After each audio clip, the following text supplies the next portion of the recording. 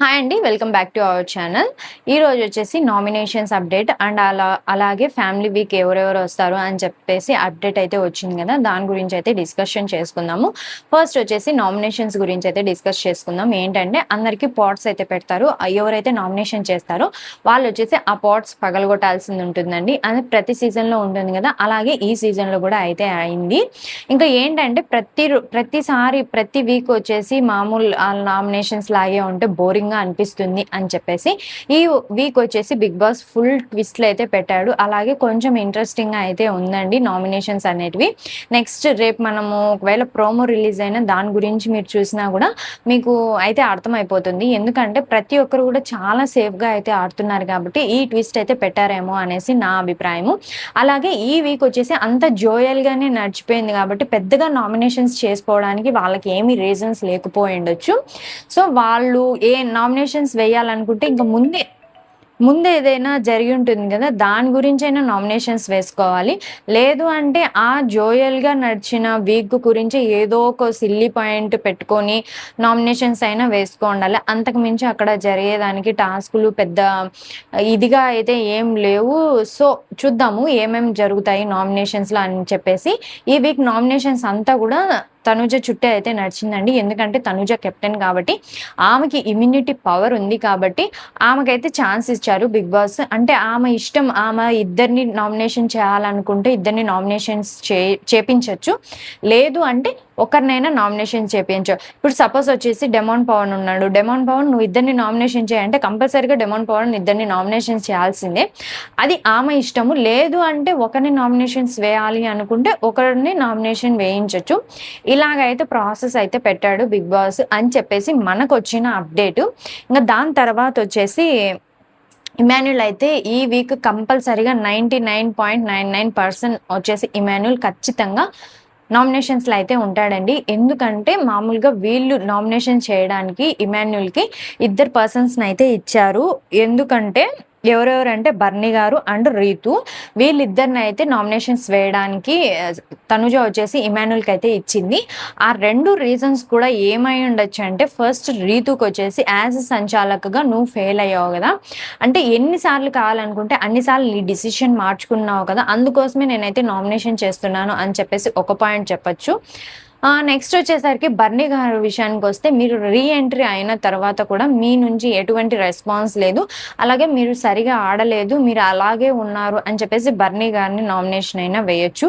ఈ 2 అనేసి నా పాయింట్స్ నేను అనాలిసిస్ చేసుకున్నాను. తర్వాత నెక్స్ట్ వచ్చేసరికి ఇంకా డెమాన్ పవను, ఇంకా కళ్యాణ్ వీళ్ళిద్దరి మధ్య కూడా గొడవైతే జరిగిందండి. టూ ఎమోషనల్‌గా అయితే ఉండబోతుంది ఈసారి నామినేషన్స్. కళ్యాణ్ వచ్చేసి ఇంకా పాతవి ఏదన్నా తవ్వుకొని వాళ్ళ ఇష్యూస్ గానీ, లేదంటే బెడ్ టాస్క్‌లు నాకేమాత్రం సపోర్ట్ చేయలేదు గదా! దాని గురించైనా నామినేషన్ వేయొచ్చు. అలాగే ఇంగ సాటర్‌డే, సండే ఎపిసోడ్‌లో ఏదైతే జరిగిందో దాని గురించి కూడా నామినేషన్ వేయొచ్చు. ఇంగ నెక్స్ట్ వచ్చేసరికి రీతుని కూడా డెమాన్ పవన్ అయితే నామినేషన్ చేశారండి. ఇది మనం ఎప్పుడు కూడా ఎక్స్‌పెక్ట్ చేసిండము. కానీ ఈ వీక్ వచ్చేసి జరిగింది. ఏంటంటే వాళ్ళ మధ్యలో ఉన్న కొంచెం సిల్లీ రీజన్స్ అని చెప్పేసి బయటకైతే అప్డేట్ వచ్చింది. అలాగే ఇన్‌స్టాగ్రామ్‌లో వీటిల్లో అన్నిట్లో అయితే చెప్తూ ఉన్నారు. వాళ్ళిద్దరి మధ్య గొడవ అయితే జరిగింది. ఏదో కొంచెం సిల్లీ రీజన్స్ అయితే పెట్టుకొని వాళ్ళిద్దరు నామినేషన్స్ వేసుకున్నారు. అంటే డెమాన్ పవన్ వచ్చేసి రీతుని నామినేషన్ వేశారు అని చెప్పేసి చెప్పారు. నెక్స్ట్ వచ్చేసరికి ఇంక కళ్యాణ్‌ని చేశారు గదా! ఇంక పాత టాస్క్, ఇంక బెడ్ టాస్క్ గురించి అయితే ఉండొచ్చు. బ్యాక్ స్టాపింగ్ అనేసి కూడా ఉండొచ్చు. నెక్స్ట్ వచ్చేసి వెరీ ఎమోషనల్‌గా ఉంటుందండి. ఇంగ చాలా క్రిటికల్‌గా ఉండబోతుంది ఈ నామినేషన్స్ వచ్చేసి. ఇంగ సంజన గారు గానివ్వండి, డెమాన్ పవన్ వీళ్ళందరూ కూడా నామినేషన్స్‌లో ఆల్రెడీ ఉన్నారు. సో, ఇమాన్యుల్ వచ్చేసి ఇద్దరు పర్సన్స్‌ని ఎవరిని రీతుని, అలాగే బర్నీ గారిని నామినేషన్ వేశాడు కాబట్టి రివర్స్ నామినేషన్ ఇమాన్యుల్ మీద వేసే ఛాన్స్ ఉంది కాబట్టి ఇమాన్యుల్ అయితే ఈ వీక్ 99.9% నామినేషన్స్‌లో అయితే ఉంటాడు. ఎవరైతే ఇమాన్యుల్ ఫ్యాన్స్ ఉన్నారో నిద్రపోకుండా మేలుకొని ఇమాన్యుల్‌కి ఓట్స్ వేసుకుంటేనే గెలుస్తాడు. అంటే టాప్ 5కి కంపల్సరీగా వస్తాడులెండి. అది కాదు విషయము.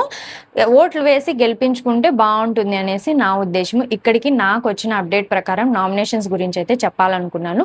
అలాగే ఈ వీక్ ఫ్యామిలీ వీక్ ఉండబోతుంది కాబట్టి ఎవరెవరి ఫ్యామిలీ నుంచి ఎవరు వచ్చారు అని చెప్పేసి మనకైతే ఒక చిన్న అప్డేట్ వచ్చింది. దాని గురించి కూడా డిస్కషన్ చేసుకుందాం. ఫస్ట్ వచ్చేసి సుమన్ శెట్టి గారికి వాళ్ళ వైఫ్ అయితే వచ్చింది. నెక్స్ట్ వచ్చేసరికి బర్నీ గారికి వాళ్ళ డాటర్ అయితే వచ్చింది. దివ్యాకి వచ్చేసి వాళ్ళ అమ్మ, సంజన గారికి వచ్చేసి వాళ్ళ హస్బెండ్, ఇంకా పిల్లల్ని కూడా తీసుకొని వచ్చారు. సంజన గారి ఎక్స్ప్రెషన్ చూడాలనేసి నాకు చాలా ఆత్రంగా ఉందండి. ఎందుకంటే పాపము ఇద్దరు పిల్లలు అంటే చిన్న పిల్లల్ని ఇంట్లో వదిలేసి బిగ్ బాస్ వచ్చి 10 వీక్స్ సర్వైవ్ అయినారంటే చాలా గ్రేట్ అండి. సంజన గారు వచ్చేసి ఫ్యామిలీ వీక్ ఏదైతే రాదు అని సంజన గారికి తెలిసినప్పుడు అస్సలు నాకు ఈ గేమ్ వద్దు, ఈ బిగ్ బాస్ వద్దు, నేనైతే ఇంటికి వెళ్ళిపోతాను, నేనైతే అసలు సర్వైవ్ కాలేను అని చెప్పేసి సంజన గారు అయితే చెప్పారు కదా. సో కంపల్సరీగా ఫ్యామిలీ వీక్ అనేది వచ్చింది. వాళ్ళ హస్బెండ్ వాళ్ళ పిల్లలు వచ్చారా అని చెప్పేసి బయట టాక్ అయితే ఉంది. నెక్స్ట్ వచ్చేసరికి రీతు వాళ్ళ అమ్మ, డెమాన్ వాళ్ళ అమ్మ, తనుజో వాళ్ళ సిస్టరు, ఇమాన్యుల్ వాళ్ళ అమ్మ, కళ్యాణ్ వాళ్ళ అమ్మ అయితే వచ్చారు అని చెప్పేసి మనకు వచ్చిన అప్డేట్ ప్రకారం ఇదైతే జరగబోతుందంట. అంటే ఫ్యామిలీ మెంబర్స్ వాళ్ళ తరపున వీళ్ళైతే వస్తారు అని చెప్పేసి మనకైతే వచ్చింది. ఇది ఒక క్విక్ అప్డేట్ మీకు ఇద్దామని చెప్పేసి ఈ వీడియో అయితే తీస్తున్నాను. ఇంతే అండి. నెక్స్ట్ వీడియోతో మళ్ళీ అయితే కలుసుకుందాం. Thanks for watching my video. Okay అండి.